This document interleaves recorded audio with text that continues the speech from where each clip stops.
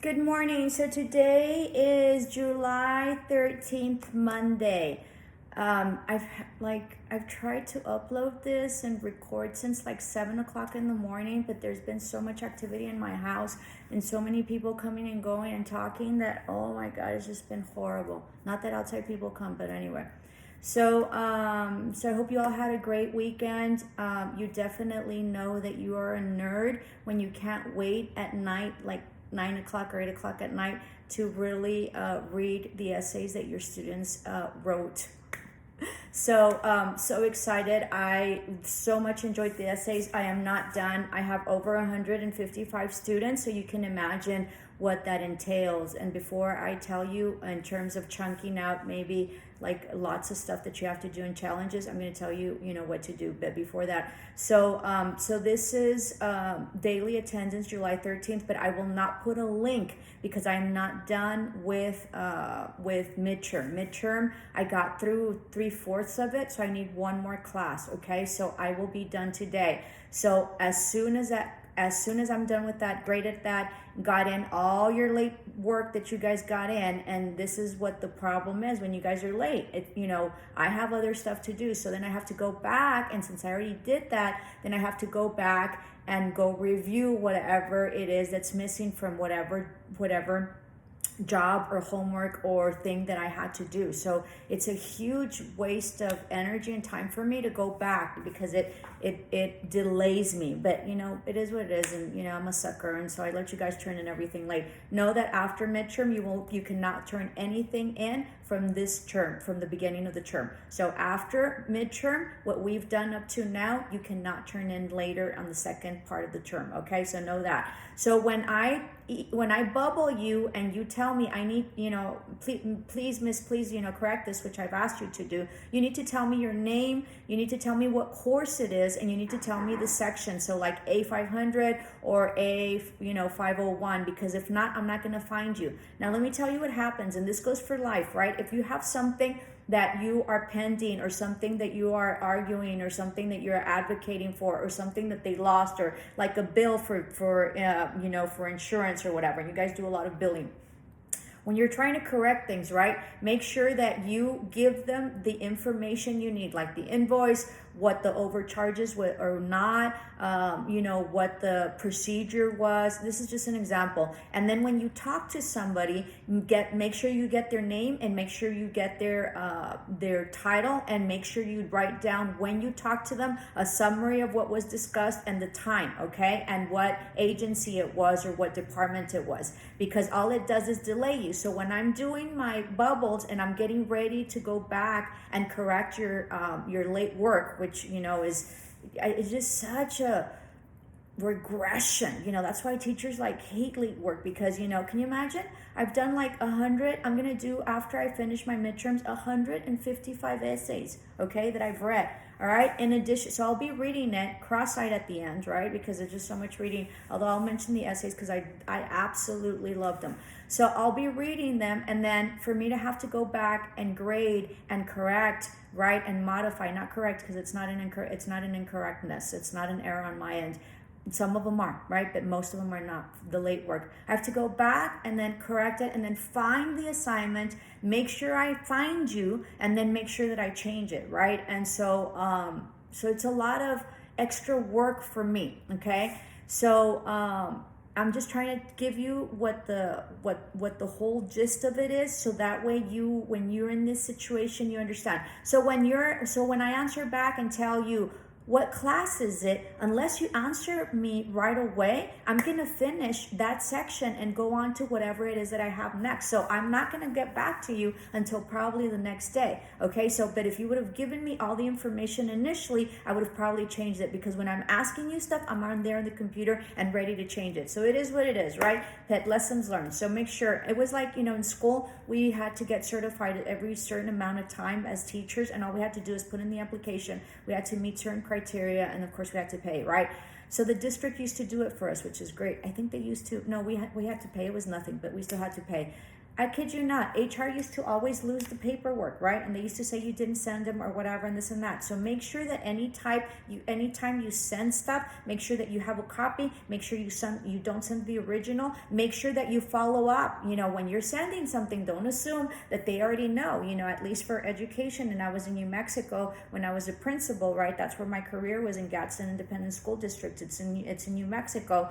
I think they only had like 2 people in the Department of Education to do all the stuff for the educators in New Mexico. It was overwhelming. So if you didn't keep up to it, right, and if you didn't keep on top of it, well, then you assume that it's getting done, but it's not. Maybe they're missing something, and maybe they meant to get back to you, but then maybe they got busy, or maybe they didn't care, or maybe they're overwhelmed, or maybe, maybe they're doing it to you because who cares, because you didn't give them correct information. Who knows, right? Or maybe they did lose your stuff, okay? So it is your responsibility to keep on it, keep on it, keep on it, keep on it. Eventually, if you're having a big issue, they're going to understand you and they're going to know. So if you get in contact with them, they told you were going to send it, give it a couple of days or 3, they didn't send them, then you sort of send an email, hey, just following up, maybe I missed, of course you didn't, right? Maybe I missed an email from you were supposed to send me this back, or did you put in the application, or is there anything that you're needing in order to fulfill, whatever, the application that I submitted, okay? So those are nice ways to remind that person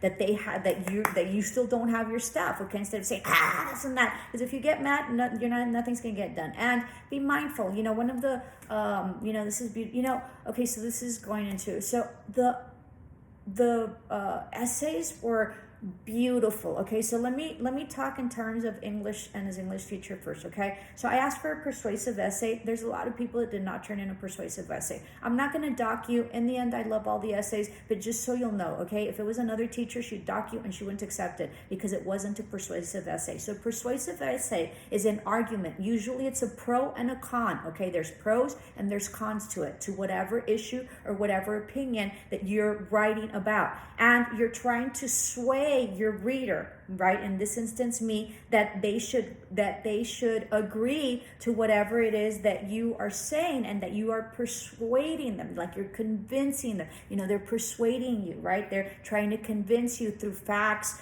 through maybe getting at your heart, maybe trying to connect with you, in order for you to be swayed in that way, to be able to do whatever it is that the author is asking you to do. Okay, so I had plenty of persuasive essays, but I also had plenty that were not. So just an FYI, whatever the teacher asks you, you need to turn that in, and you cannot just turn in anything. You can, you can't turn in everything with me, but I'll accept it and I'll be flexible. But if it was somebody else, you would have gotten a 0 for the midterm. Okay, so be mindful and understand what the directions are. And that's part of the problem with my students. The students that have had problems with my class is that they don't follow directions.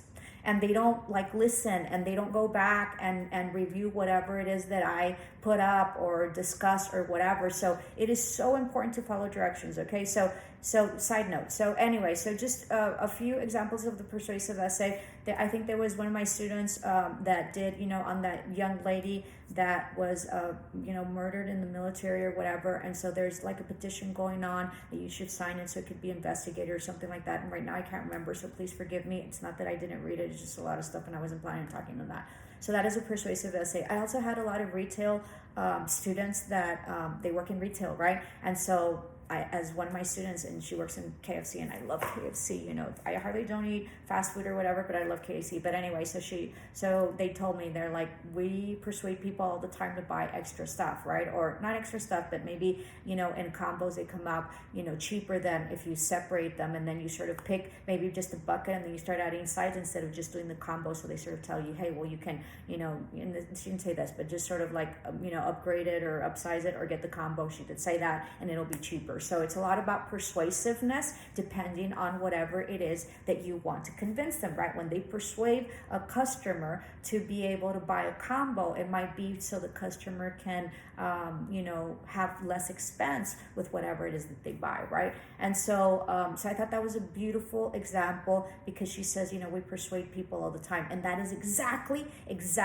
what persuasive essays and being persuasive is. It's sort of like when you want something from your honey or with your kids, right? Please eat it. I promise the Brussels sprouts will be great. You're going to be really strong, whatever, this and that. You're persuading them to eat something they don't like, right? And so the essays were beautiful, right? And all the essays were really powerful, which I loved.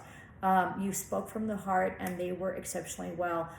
Most of you did it APA style. I loved it. It just looked so clean. It looked so professional. I was so proud of you all. It's just, as boring as English is, it really isn't. And I just sort of say that, but, of course I like English. The other thing is that, I forgot what my train of thought. It's something really important, so it'll come. But anyway, so back to the essays. You have a lot to say. Oh, most of my students love to write and they love to read, which is great, right? So I highly encourage you to have a journal. But also, the essays were so powerful. I was so entranced by them and so much mesmerized by them. And I was so impacted that you had so much to say, and they were powerful words, and you conveyed the message with much passion and with much conviction, right? And with whatever it is, belief of what your beliefs are. So that was exhilarating to me, because that's what my YouTube videos are about. It's about get out there and live, right? Stand for stuff that isn't just, think about things. Hey, well, wait, that's not right. Even if he's the president, I don't know that that's correct, right? Or, even if we're the military, we should allow the protests to be there, because remember, that's how dictatorships start. And that's how you don't live your life. If you're blindly following people and you're blindly believing people, well, hell, you don't think about, you don't have your own ideas, you don't have your own passions, you don't have your own beliefs. Put them in effect. And so that's exactly what I saw in your essays. They were extraordinary. They were powerful. They were touching. They were emotional. They were so passionate, and you could see, and I could feel that through my reading. It's amazing what reading and writing is, right? Writing can set the mood, can change your perspective, can, just make you feel certain ways, right? There were lots of sad essays, and there was a few that were really funny, and so I sort of liked the break, right? And so it was sort of a mix and a merit of so many things, so many ideas, of really so many collectiveness and and ideals and beliefs and experiences of what my students bring and what their life has been and what it means for them. And I truly am honored to have read your midterms. I'm getting chills. I'm like this, I was so profoundly affected by them, and I was so profoundly satisfied with whatever it is that you wrote, because I knew deep down that it came from the heart, and you literally took time and effort to truly turn in the best that you could turn in. What more can a teacher ask for, right?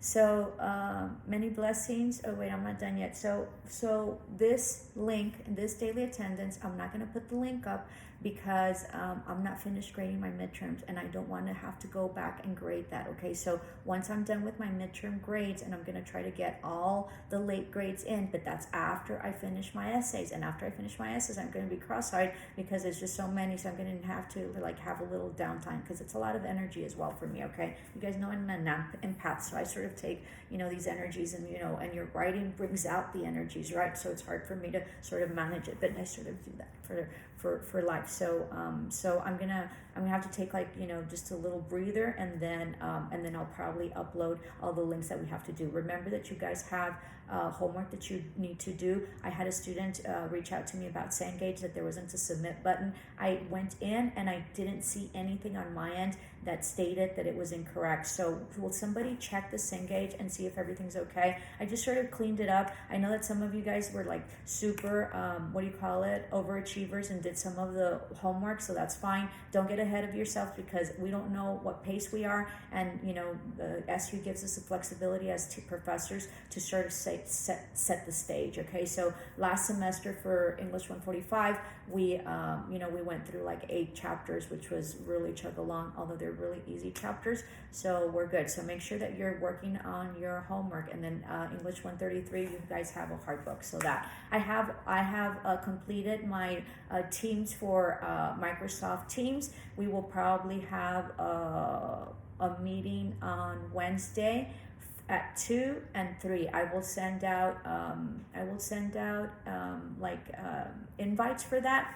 You're not going to get them anywhere. You're going to get them on your Teams, and if you've downloaded the app for Teams, it'll come up. What you have to do is that you're going to have to go into your calendar and find it there, and then it'll ask you to join, okay? But I have not put the link up for that.